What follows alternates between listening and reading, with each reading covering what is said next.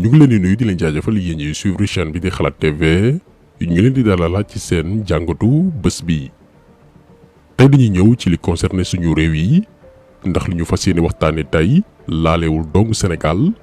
muy rencontre bi dox diggante Macky Sall ak Vladimir Poutine ci semaine bi ñu génn te mu jukkee ay laaj yu bare bari déjà confusion am na ci lan moo ko fay yóbbu mu Macky Sall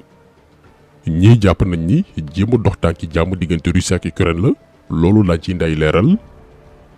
waaye li gën a wóor te ñu mën ko jàppandegum mooy Macky Sall mi nga fa demee woon en tant que président de l'Union africaine njiitu mbootaay gi ëmb réew Afrique yi li baax nañu préciser ko d'abord balaa ñuy gën a xuus ca lañ fa waxtaanee ban jàngat lañ ci mën a def ak ñun Afrique ban taxawaay la ñu war a mën a am par rapport ak fi àdduna nar a jëm déjà ñun lenn la ñu rafetloogum pour l'instant ndax ëllëg kenn xamul ak suñu dirigeants yi li ñu rafetloogum depuis ba coow lu Russie ak Ukraine amee mooy taxawaayu neutralité maanaam tëddee njaaxanaay bi yenn ci suñu réew yi taxawee bañ a jéem a far ci réewu Occident yi te xool ñun lan mooy suñu intérêt gannaaw guerre bi pour mën cee mucc di fàttali lu yàggul dara bi ñu woote ab résolution biir ONU ngir artu waa Russie Sénégal dafa décider absteniru maanaam du ma ne waaw du ma ne déet ñun loolu lañ doon xaar te booy xool moo gën sur le plan géopolitique ñun ci suñu wàllu bopp muy Afrique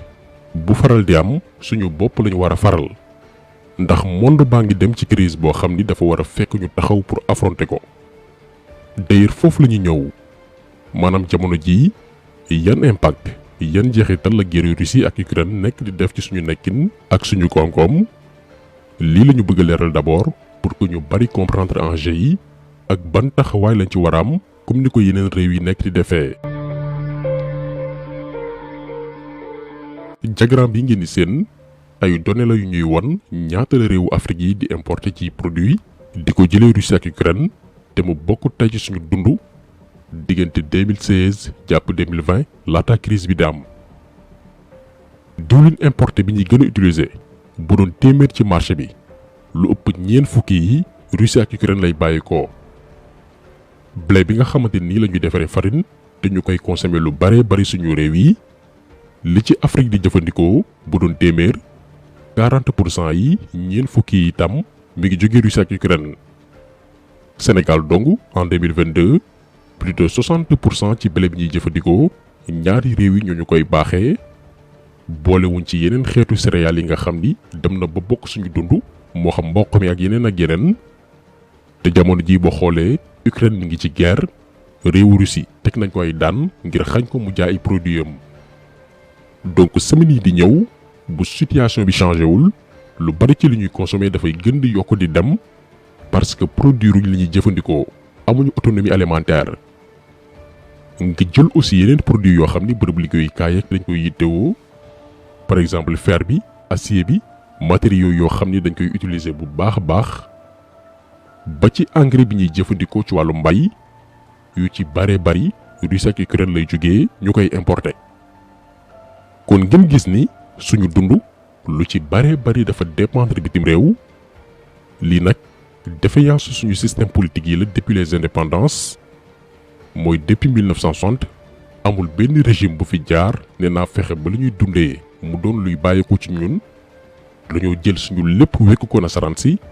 ba tax na lépp lu leen wokk rek xuriñu lii moo ñu topp tey ba crise diggante Russie ak Ukraine ñu nekk di ko yëg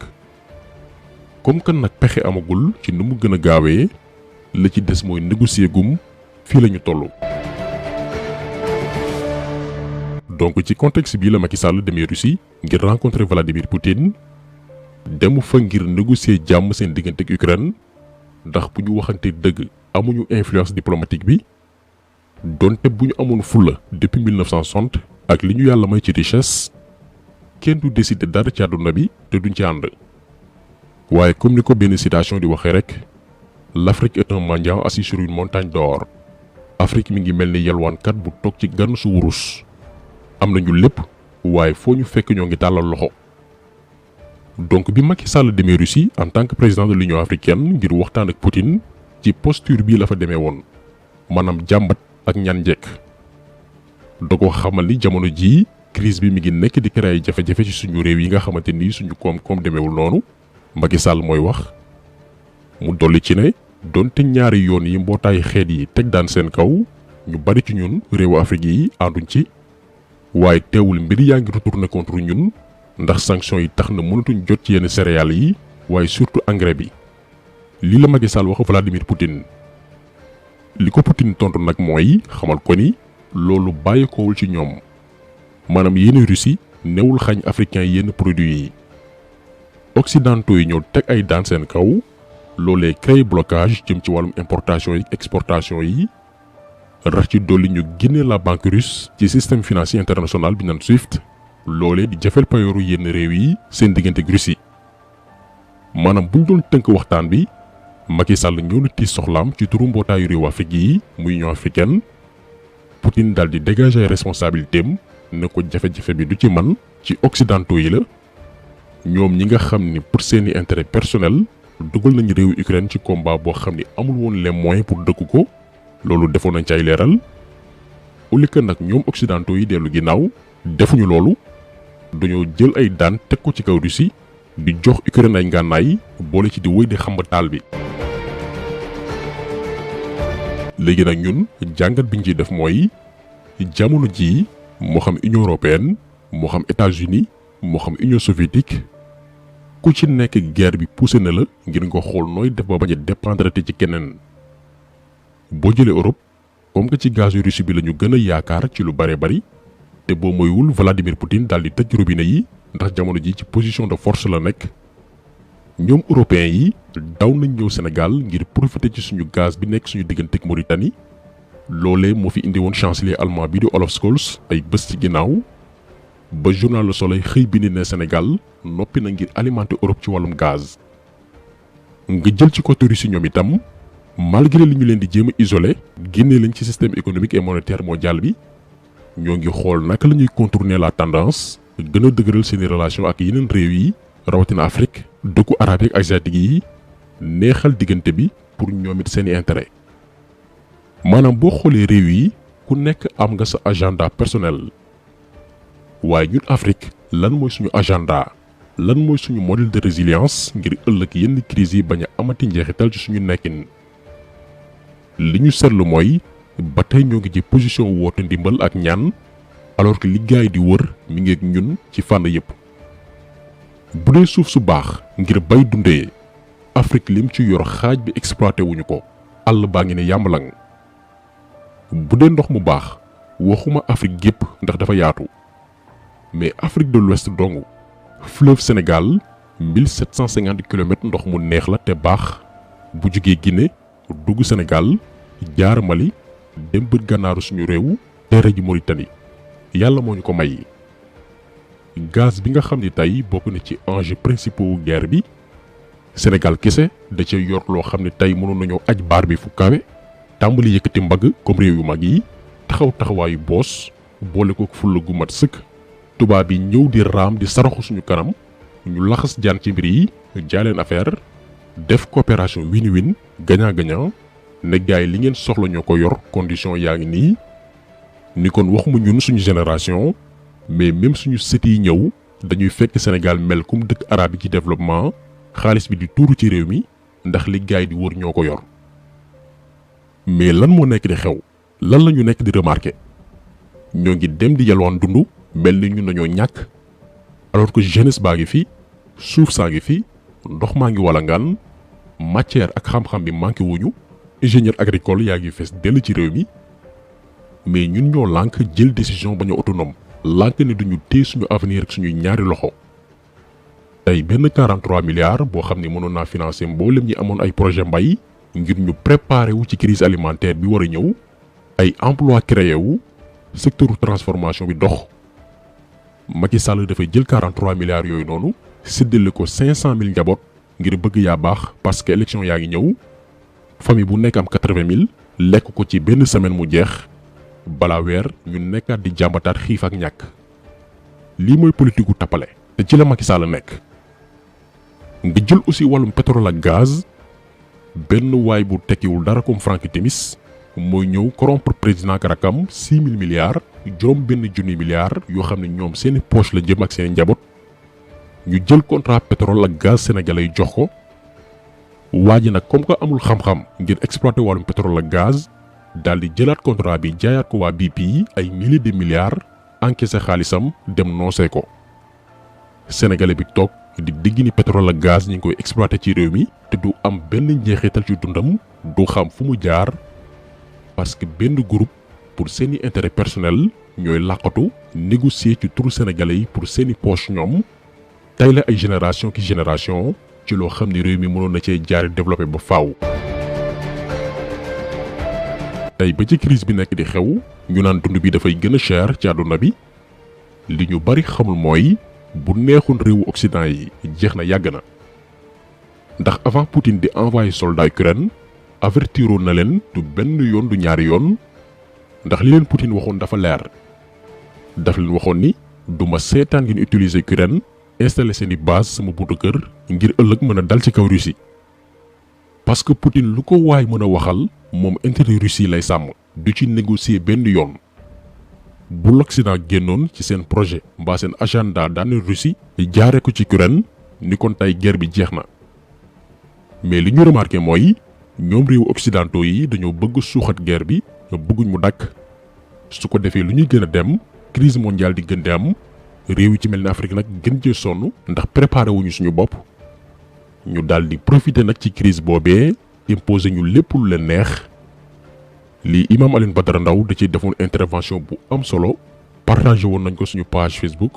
nañ ko déglu ñëwaat. bu ñu xëyee rek wane ne Russie ak nu mu tuddati Ukraine fa la dund ba daan bàyyi ko dem ba àgg sax ci moitié waaw dund adduna bi man dama naan am na luñ nar ca gannaaw ay pexeeng ca gannaaw loolu nag dañ ci bàyyi xel ñun africains yi mën na nekk benn stratégie boo xam ne dañ koy jëfandikoo pour justifier ëllëg su PAM ñëwoon muy programme alimentaire mondial nekk benn institution internationale xëy ñëw fu mel ni Sénégal ne crise alimentaire mondiale bii kat adduna bi yëpp war a taxaw pour régler ko Sénégal nag gis nañ fële ca Fuuta nangami junni hectare dañ ko war a soxla pour jox ko PAM xam nga day yomb su boobaa ndax dañ naan loolu kat am na lu ko justifié lu xel nangu la noonu lañ mën a demee Casamance def ko fa noonu lañ mën a ñëwee ci suñu îles Saloum yi def ko fi suñ suuf yu baax yëpp danañ ko nangu ci turu PAM danañ ko exploiter ci turu PAM te malheureusement du dellu soit ci ñun kon man dama gis ne système d'accaparement des terres bu bees lañ bëgg a créé waat ci adduna bi xëy na bele ba nga xam ne moom la ñee doon joxe comme léegi fénqale nañ leen comme ñu ngay mbëkkantee ko reyante amatuñu jotug mën a produire ñoom nag ñu jël production ba ñoo ñu daan produire ci suñu suuf africain yi mu nekk benn commerce benn marché bu mag boo xam ne su boobaa ñoom ñii nga xam ne tey ñooy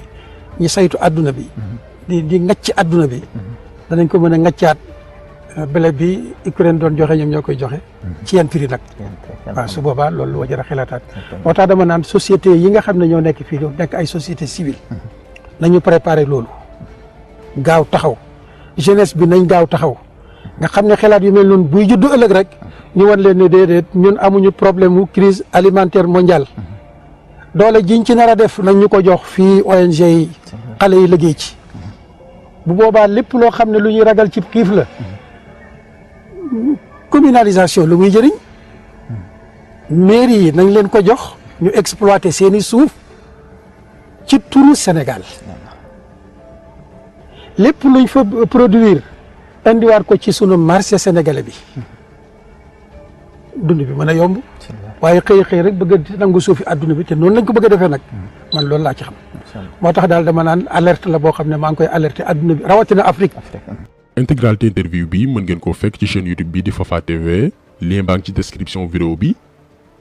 donc il faut que mentalement ñu préparer wu ci crise mondiale bi ñu bëgg a yóbbu